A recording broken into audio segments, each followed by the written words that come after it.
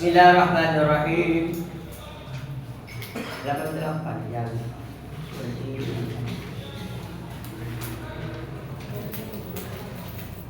putih halaman 7 enggak sama.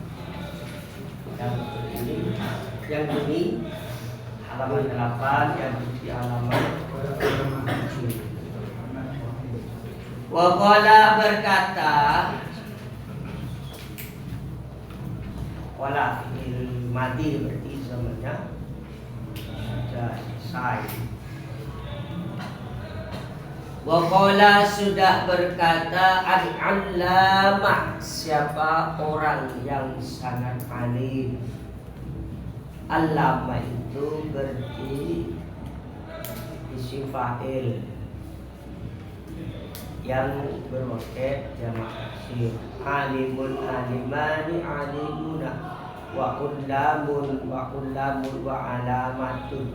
Itu orang yang sangat alim. Kalau alim berarti alimun. Kalau alama orang yang sangat alim. Siapa namanya orang yang sangat alim tadi? Muhammad Waliyuddin, yaitu Muhammad Waliyuddin Asy-Syabsyiri, yang sebangsa Syabsyiri. Syabsyiri itu berarti nama bangsanya. Kalau Madura sudah berarti Al-Maduri. Bangkalan Al-Bangkali. Itu nama bangsanya. Bangsa Indonesia berarti Al-Indonesia. Asy-Syabsyiri berarti bangsa Syabsyiri. Ini nama bahasanya. Berkata di dalam kitab apa? Fi Syarhil Arba'in Nawawiyah, di dalam syarahnya kitab Arba'in Nawawiyah. Itu kitab sabjad yang dipelajari kelas 1. Ala qaulihi, atas sabdanya Nabi sallallahu alaihi wasallam. Isi sabdanya apa? Man, adapun barang siapa. Man, adapun barang siapa ahdasa, yang membuat baru di dalam beragama. Siapa man? Hadasan pada pembaruan. Berarti orang yang berbuat sesuatu kegiatan yang menyerupai keagamaan, tapi tidak diperintah oleh Allah dan tidak diperintah oleh Rasul, tidak ada keterangan dalam Quran dan tidak ada di dalam hadis. Ya, itu namanya hadasan, kejadian yang baru. Awa atau membantu siapa man. Awa atau membantu siapa man, muhdisan pada orang yang berbuat baru atau membuat kegiatan keagamaan, ya, dan tidak diperintah oleh Allah dan Rasulnya, atau tidak ada keterangan dalam Quran dan hadis. Maka apa hukuman bagi orang ini? Fa'alaihi, yaitu bagi man laknatullahi, adapun laknatnya Allah.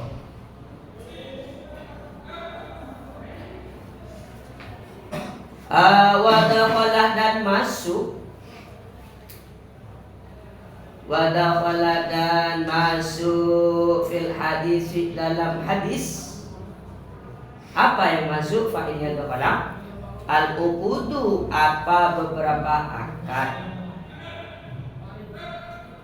Al-fasidatu, yang rusak atau yang batal.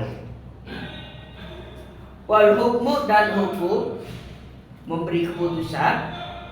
Ma'al jahli, serta bodoh. Wal jauri, dan memberi hukum dengan dolim, wa nahwi dzalika dan sesamanya, wa nahwi dzalika dan sesamanya, mimma dari sesuatu la yuwafiqu yang tidak sesuai apa ma, la yuwafiqu yang tidak sesuai apa ma syar'a pada syariat Islam.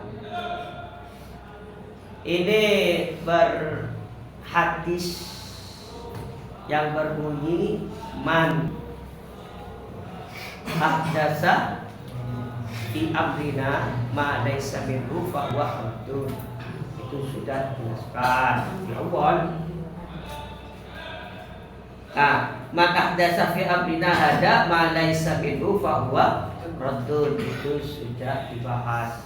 Hadis itu menerangkan terkait dengan bid'ah.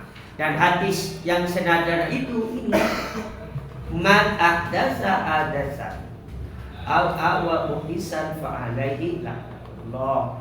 Barang siapa yang berbuat baru dan menyerupai keagamaan atau membantu melaksanakan kegiatan yang menyerupai keagamaan tapi tidak diperintah oleh dalam Quran dan hadis, maka apa? Itu termasuk bid'ah ya. Termasuk bid'ah. Bid'ah apa ya dulu? Bid'ah itu ya kemarin sudah dijelaskan, ada yang apa? Bisa jadi wajib, bisa sunnah, bisa mubah, bisa. Terus masuk dalam hadis ini ya, masuk dalam hadis yang menerangkan terkait dengan bid'ah menurut siapa ini? Muhammad Muhyiddin, orang yang memberi hukum dengan ketidaktahuannya. Contoh, sampai ditanyakan seseorang, bagaimana Pak seumpamanya ya? Pas di bulan Ramadan berhubungan suami istri, pas di pertengahan ada imsak, waktunya imsak. Sampai ditanyakan, asal nggak puasanya? Sampean nggak tahu, sampai ngarang sendiri, mau nggak susah itu. Jadi seperti memberi hukum dengan tidak berlandaskan. Ini bagaimana? Maka masuk dalam hadis ini, man ahdasa hadasat apa wa bisan falinatullah, maka akan mendapat laknat Allah. Dan juga masuk dalam hadis ini akad yang fasih, akad yang batal, itu juga masuk ke dalam akad yang dilaknat oleh Allah. Akad yang batal itu berarti akad yang tidak sesuai dengan syariat. Contoh ya, di zaman dulu kitab-kitab turas ya, seperti Fathul Qorib, Fathul Mu'in, ketika melihat, ketika membeli sesuatu ya harus lihat barang. Dan seperti itu lah balik. Tapi di zaman sekarang ada yang lebih gawat, pakai apa online. Berpikir itu harus dikasih. Kalau nggak seperti akadnya pasti rusak. Berarti kalau akadnya rusak berarti laknatullah, maka tidak boleh Allah. Menurut yang mengatakan batal. Contoh lagi, kalau kita beli barang menurut Imam Syafi'i, maka jual beli barang itu harus pakai siwat ya. Saya beli inputnya, berapa harganya? 2 juta. Oh ya, saya beli di uangnya. Oh ya, saya terima uangnya. Harus seperti itu. Sekarang juga cuma berikan. Setelah itu saja berikan, baru diberi nota. Tidak pakai siwat. Seperti ini menurut Syafi'iyah, akadnya fasid atau batal. Kalau batal otomatis gimana? Fa'alaihi laknatullah, maka akan dilaknat oleh Allah. Gimana Pak kalau Indonesia ini jual beli seperti itu? ya ikut mazhab lain seperti mazhab Hanafi. Biar akadnya jual belinya menjadi sah. Terus dan setiap sesuatu dan semua aktivitas wa naqidalika mimma la yuwafiqus syar'an, dan juga masuk dalam hadis ini akan dilarang oleh Allah orang yang mengadakan aktivitas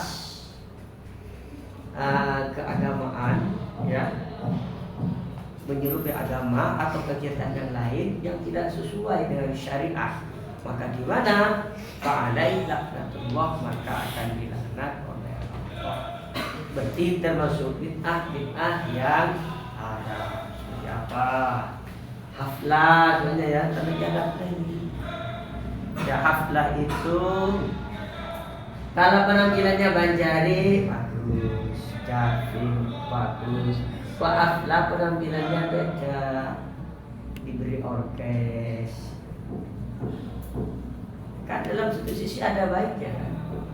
Maka gimana? Ya, hal seperti itu termasuk bid'ah yang haram, bid'ah yang harus dijauhi. Fa'alaihi laknatullah, akan mendapat laknat Allah.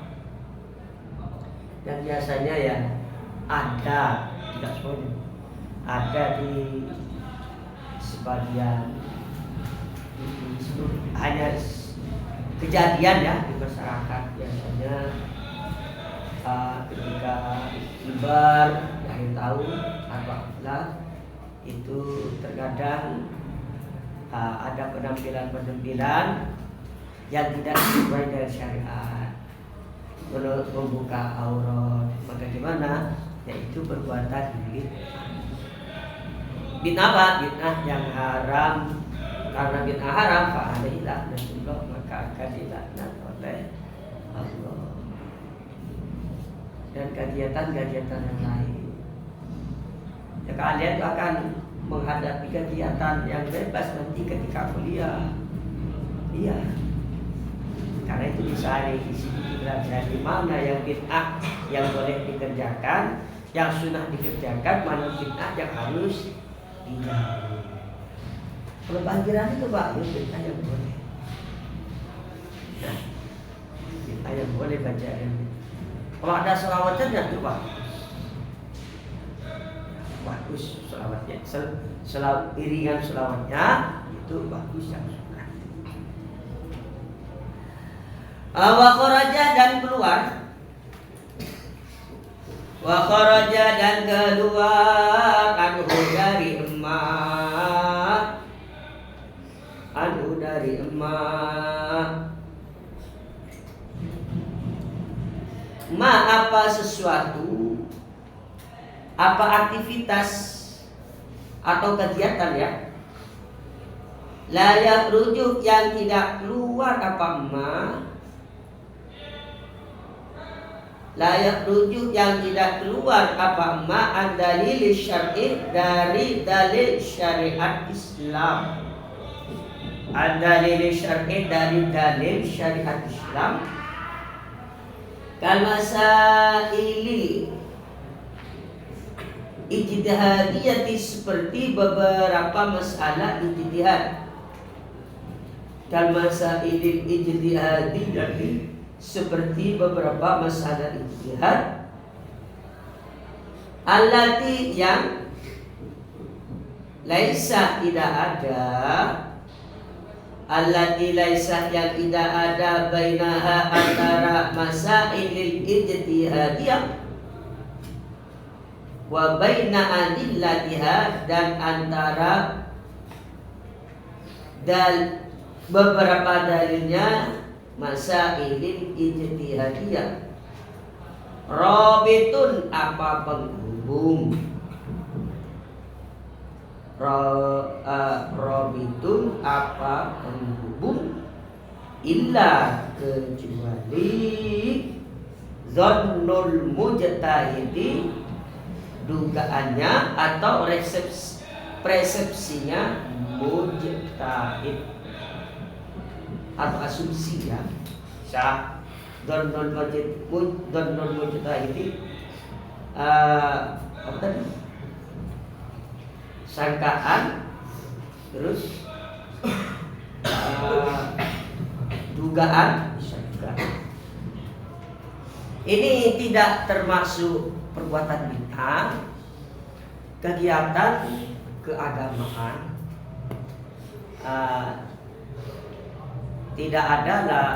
Tidak diperintah dalam Quran dan tidak dilarang di hadis.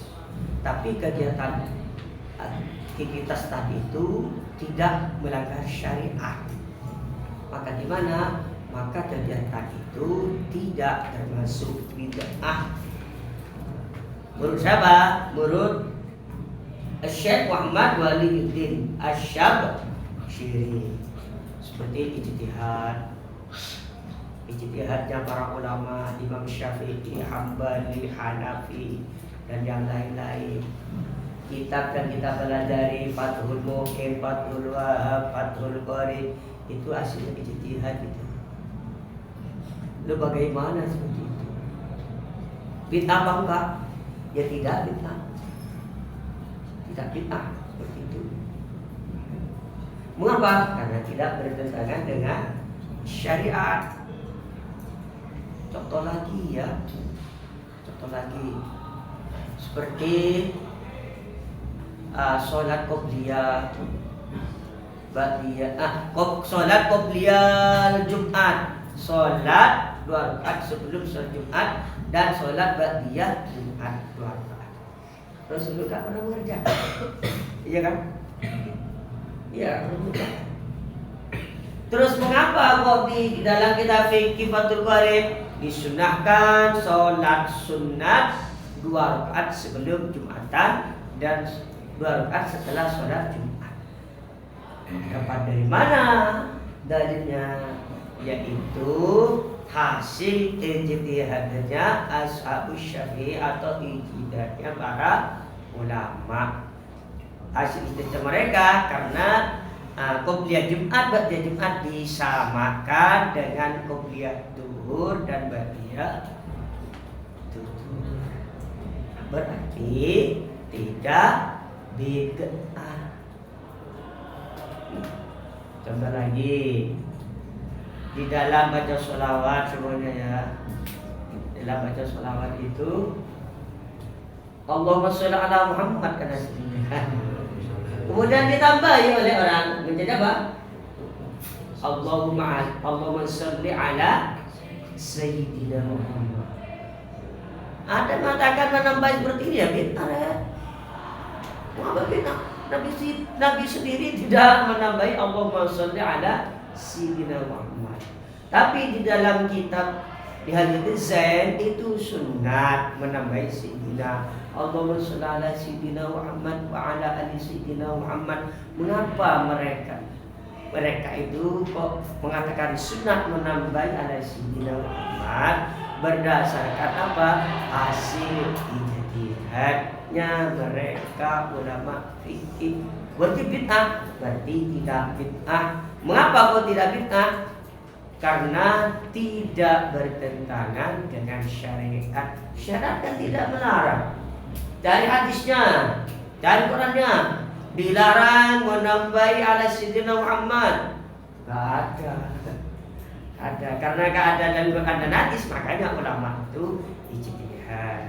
Hasil ijtihadnya itu kemudian diamalkan oleh kita ini.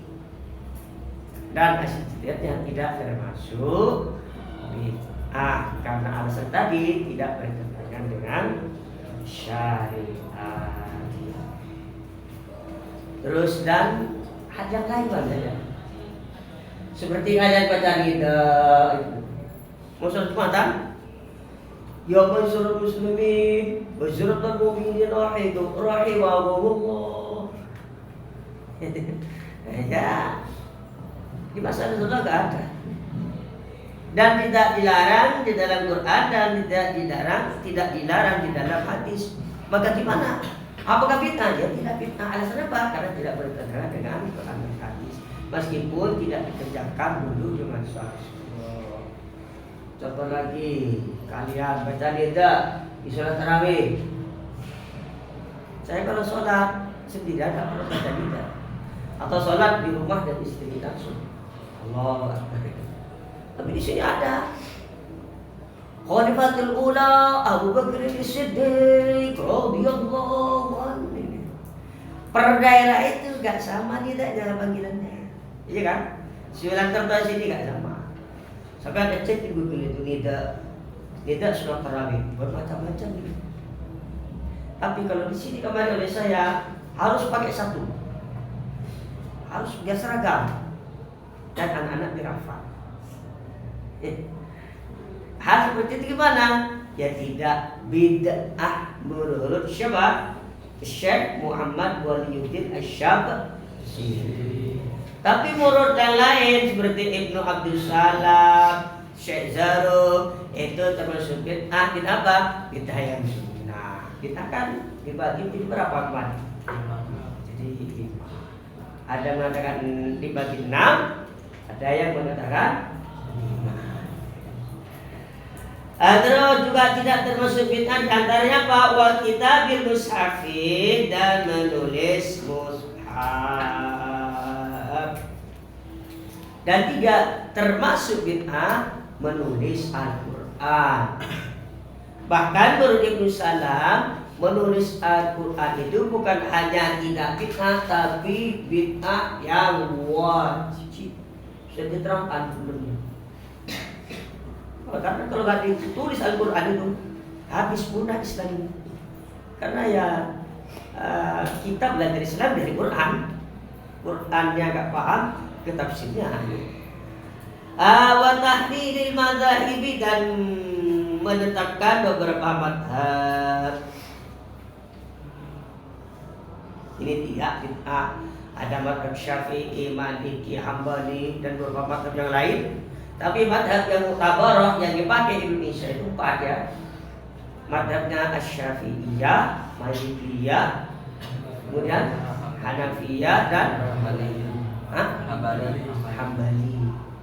Imam Ahmad bin Hanbal yang dipakai di Indonesia.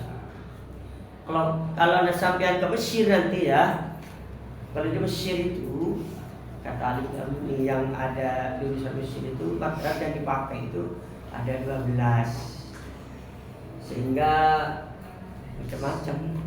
Syekh di sini juga macam-macam. Sebelumnya sekarang macam-macam. Gimana begitu Pak? Ya gak apa-apa.